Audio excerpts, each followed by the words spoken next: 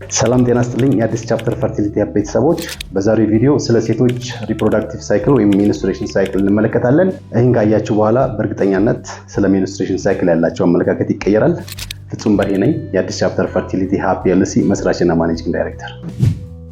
በዛሬው ቪዲዮ ስለ ሴቶች ሪፕሮዳክቲቭ ሳይክል ወይም ሚኒስትሬሽን ሳይክል የምንመለከት ሲሆን በዚህ ሚኒስትሬሽን ሳይክል ወቅት ሴቶች አካል ላይ የሚካሄዱ የተለያዩ ለውጦችን፣ እዚህ ሚኒስትሬሽን ሳይክል ላይ ኢንቮልቭ የሚያደርጉ ኦርጋኖች ያላቸውን ሮል፣ እንዲሁም ደግሞ ስፔሻሊ ሆርሞኖች በሚኒስትሬሽን ሳይክል ላይ ያላቸውን ሚና በዝርዝር የምንመለከትበት ቪዲዮ ይሆናል።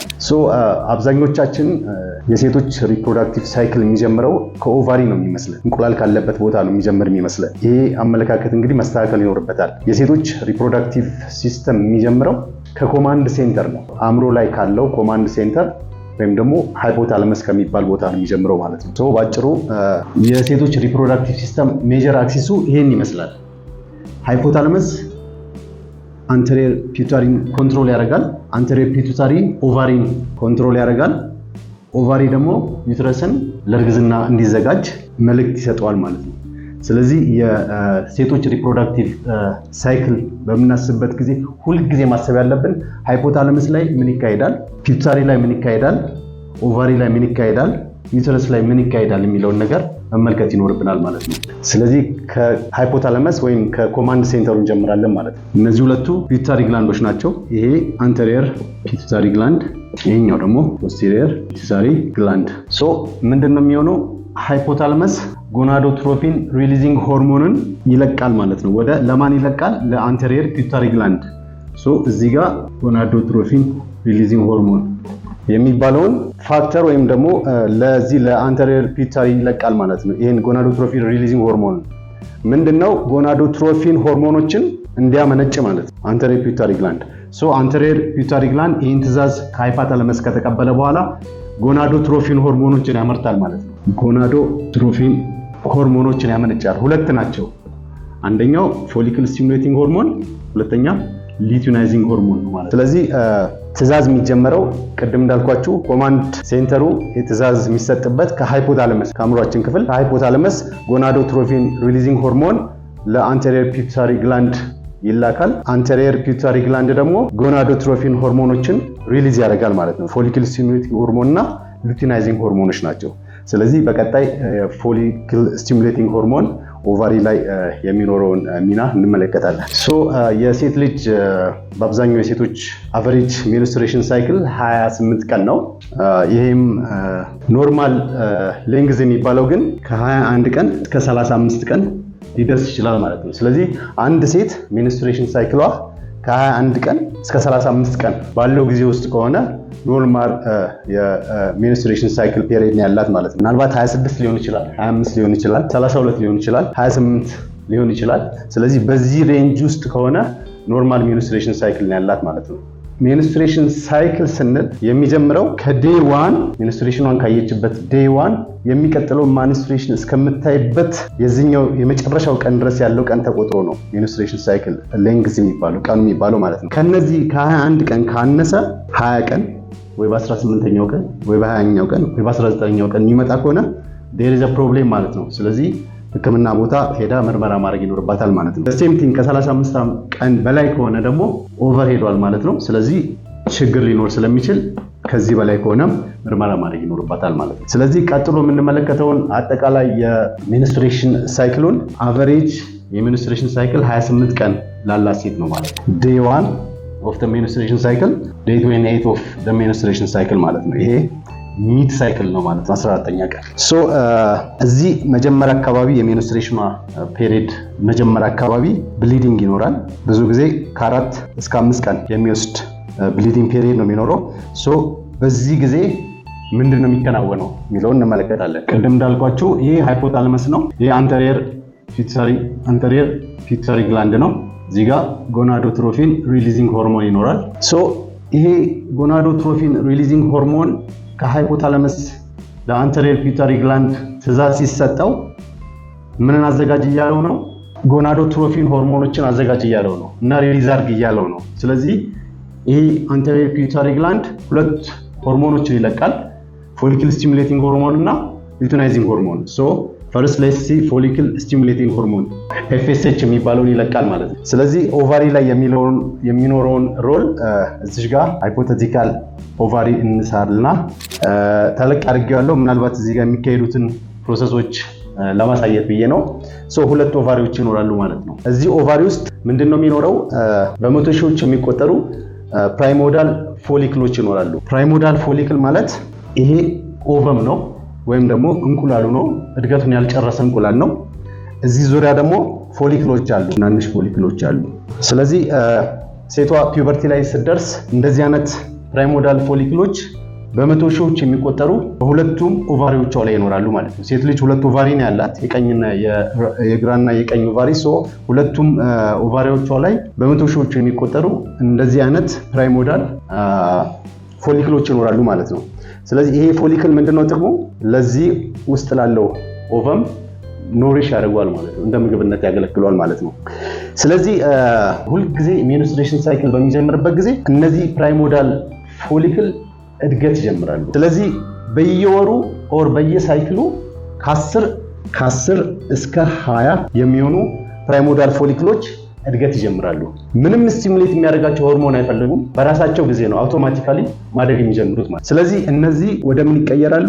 ወደ ፕራይመሪ ፎሊክል ይቀየራሉ። ምንድነው ልዩነቱ? ይሄኛው ላይ ከላይ ያለው ፎሊክሉ ተለቅ ያለ ፎሊክል ይሆናል ማለት ነው፣ ዙሪያ ያለው ማለት ነው። ስለዚህ ወደዚህ በራሱ ጊዜ በተፈጥሮ ነው የሚቀየረው ማለት ነው፣ በየሳይክሉ በየሚኒስትሬሽን ሳይክሉ ማለት ነው። እንዴ ከፕራይመሪ ፎሊክል ወደ ሰከንዳሪ ፎሊክል ለመቀየር እንደምታዩት ወደ ሰከንዳሪ ፎሊክል ሲቀየር የፎሊክሎቹ ሌየር እየጨመረ ይሄዳል ማለት ነው። ከዚህ ከፕራይመሪ ፎሊክል ይሄ ፕራይመሪ ፎሊክል ነው፣ ወደ ሰከንዳሪ ፎሊክል ለመቀየር ፎሊክል ስቲሙሌቲንግ ሆርሞን ያስፈልጋል ማለት ነው። ስለዚህ ከዚህ በኋላ ለሚኖሩት የፎሊክል እድገቶች ፎሊክል ስቲሙሌቲንግ ሆርሞን እጅግ አስፈላጊ ነው ማለት ነው። ስለዚህ የሴቷ ኦቫሪ ብዙ እንቁላል ያለው ጥሩ ኦቫሪ ቢሆንም ማህፀኗም ጥሩ ማህፀን ሆኖ ጽንስ መሸከም የሚችል ቢሆን ፎሊክል ስቲሙሌቲንግ ሆርሞን ከሌለ አጠቃላይ ሲስተሙ ፈንክሽናል አይሆንም ማለት። ምክንያቱም እነዚህ ፕራይመሪ ኦሳይቶች ፕራይመሪ ፎሊክሎች ማድረግ ይኖርባቸዋል ማለት ነው። እነዚህ ናቸው ሄደው አድገው ፈርቲላይዝ አድርገው ጽንስ የሚፈጠረው ማለት ነው። ሰከንዳሪ ፎሊክል ከተፈጠረ በኋላ ሰከንዳሪ ፎሊክል ኤስትሮጅን ሆርሞንን ማምረት ይጀምራል። እንዴን ይሄ ፎሊክል ፈርዘር ወደ ምን ይሄዳል? ወደ ግራፊያን ፎሊክል ይቀየራል። ይሄ ኦቨሙ ነው። እዚህ ጋር ኤስትሮጅን ይለቀቃል ብያቸዋለሁ። ሰከንዳሪ ፎሊክል ላይ ከደረሰ በኋላ ይሄ የሚለቀቀው ኤስትሮጅን ሁለት ሜጀር ፈንክሽኖች ይኖሩታል። እዚህ ጋር ዩትረስን እንሳልና ይሄ ሰርቪክስ ነው፣ የዩትረስ ኔክ የሚባለው ፓርት። ይሄ ቦዲ የሚባለው ፓርት ነው። ፋሎፒያን ቲዩብ በላይ ያለው ደግሞ ፈንደስ የሚባል ፓርት ነው ማለት ነው። ይሄ ፋሎፒያን ቲዩብ ነው። እንግዲህ ይሄ ማህፀን ሁለት ሜጀር ሌየሮች አሉት። የውስጠኛው ኢንተሪየር ሌየሩ ኢንዶሜትሪየም ይባላል። ይሄኛው ደግሞ መስኩላር ሌየር ማዮሜትሪየም ይባላል። ከነዚህ ፎሊክሎች ሪሊዝ የተደረጉ ኤስትሮጅን ሆርሞኖች ሁለት ሜጀር ፈንክሽኖች ነው የሚኖራቸው።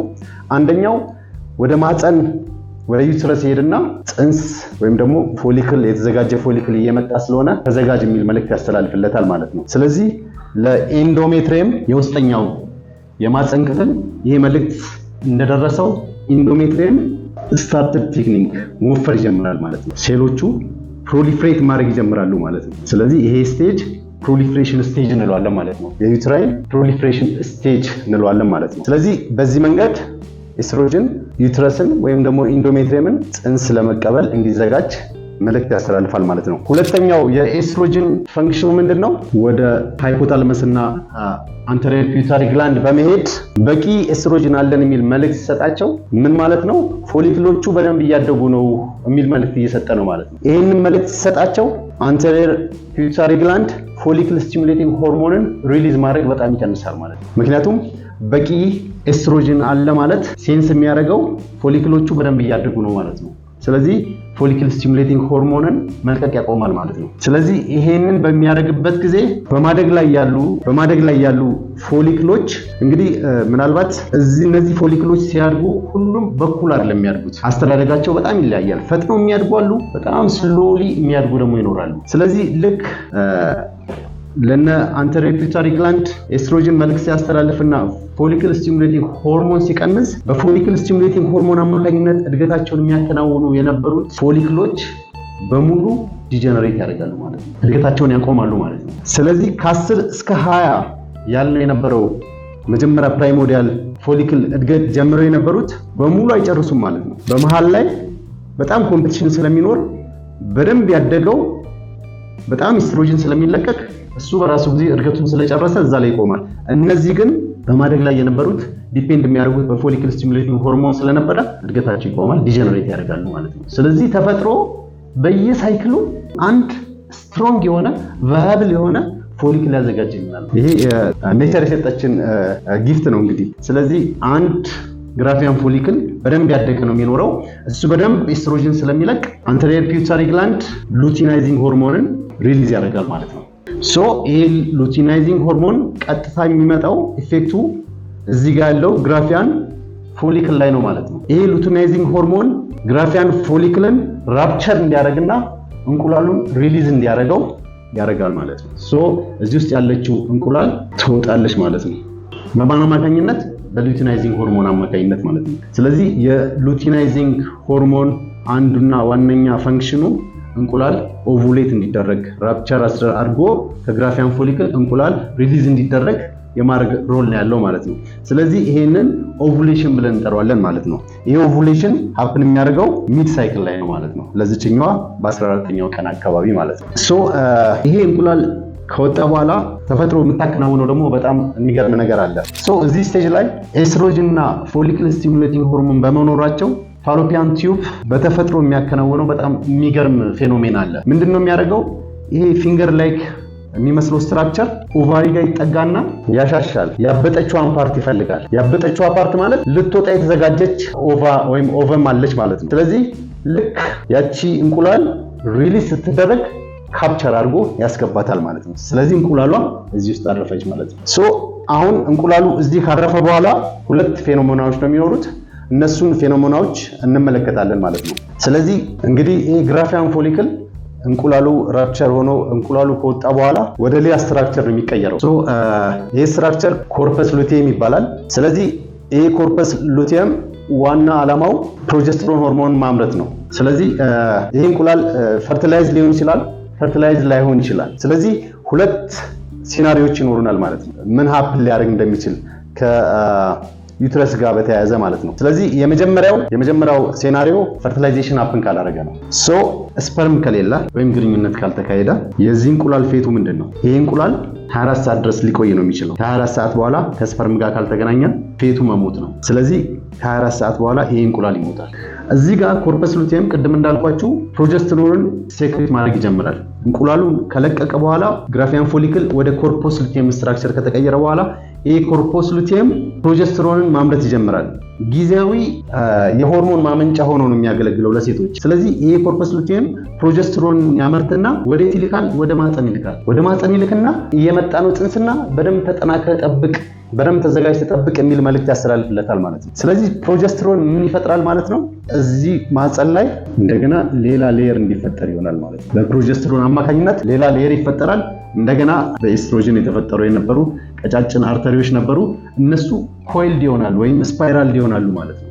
ከአርተሪዎች ውጪ ግላንዶች እንደገና ስፓይራል ይሆናሉ ማለት ነው። ስለዚህ በደንብ ብለድ ፍሎ ይኖራል ማለት ነው። በደንብ ይዘጋጃል ማለት ነው። ዋርም ሆኖ ኒውትሪሽስ በጣም አዘጋጅቶ ምግቡን ሶፍት ሆኖ ጽንሱን ለመቀበል ይዘጋጃል ማለት ነው። ማን? ኢንዶሜትሪየም። በማን አማካኝነት? በኮርፐስ ሉቴም በሚላከው ፕሮጀስትሮን ሆርሞን አማካኝነት ማለት ነው። እንግዲህ የሚያሳዝነው ፓርት ኮርፐስ ሉቴም የሚኖረው የእድሜ ጊዜው ከ10 ቀን እስከ 12 ቀን ነው መቆየት የሚችለው ማለት ነው። ስለዚህ ሁለት ሴናሪዮች ይኖራሉ ማለት ነው። የመጀመሪያው ሴናሪዮ እንቁላል ከስፐርም ጋር ካልተገናኘ ነው። እንግዲህ እንቁላል ከስፐርም ጋር ካልተገናኘ እንቁላል የሚኖረው እድሜ 24 ሰዓት ብቻ ነው። ከስፐርም ጋር ካልተገናኘ እንቁላል ትሞታለች ከስፐርም ጋር ካልተገናኘ። ስለዚህ ኮርፐስ ሉቴም ግን እንቁላል መሞቷን አያውቅም። ስለዚህ ፕሮጀስትሮን መልቀቁን አያቆምም፣ ዝም ብሎ ይቀጥላል። ኢንዶሜትሪየምም እየፋፋ በደንብ እየተዘጋጀ ይሄዳል ማለት ነው። ጽንሱን ለመቀበል ሄዶ 10 ቀን ከ10 ቀን እስከ 12 ቀን ሲደርስ ኮርፐስ ሉቲየም ከማፀን መልእክት ካላገኘ ፕሮጀስትሮን መላክ ያቆማል። መቼ? ከ10 እስከ 12 ቀን ባለው ጊዜ ውስጥ ማለት ነው። ፕሮጀስትሮን መላኩን ያቆማል። ለምን? ከዩትረስ መልእክት ስላላገኘ ማለት ነው። ከዩትረስ ጽንስ ቢፈጠር ከዩትረስ ሜሴጅ ይደርሰው ነበር፣ መልእክት ይደርሰው ነበር። አሁን ግን ስላልደረሰው ፈርቲላይዜሽን ስላልተካሄደ ከ10 እስከ 12 ቀን ባለው ጊዜ ውስጥ ፕሮጀስትሮን መላኩን ያቆማል ማለት ነው። ሶ ኮርፐስ ሉቲየም ፕሮጀስትሮን መላኩን ሲያቆም ከ10 እስከ 12 ቀን በኋላ ኮርፐስ ሉቲየም ዲጀነሬት ያደርጋል ማለት ነው። የማፀንስ ዕጣ ፈንታው ምንድነው? ማፀን ላይ ያለው ኢንዶሜትሪየም ይሄ ፋፍቶ ጽንስን ለመቀበል ሲጠብቅ የነበረው ማለት ነው። እነኚህ አርተሪዎችና እነዚህ አርተሪዎች በሙሉ ይዘጋሉ፣ ይጠባሉ፣ ይዘጋሉ። ኤንዴን ብለድ ፍሎ ማድረግ ስለማይችል በደንብ እነዚህ ኢንዶሜትሪየም ሴሎች በሙሉ ይሞታሉ ማለት ነው። ኤንዴን እነዚህ ሴሎች ከደም ጋር ተዋህደው እንደ ሜንስትሬሽን ሆነው ይፈሳሉ ማለት ነው። ሶ ይሄ አንዱ ሴናሪዮ ነው ማለት ነው። ምን ካልሆነ ፈርቲላይዜሽን ካልተፈጠረ። ዋት ኢፍ ፈርቲላይዜሽን ከተፈጠረስ?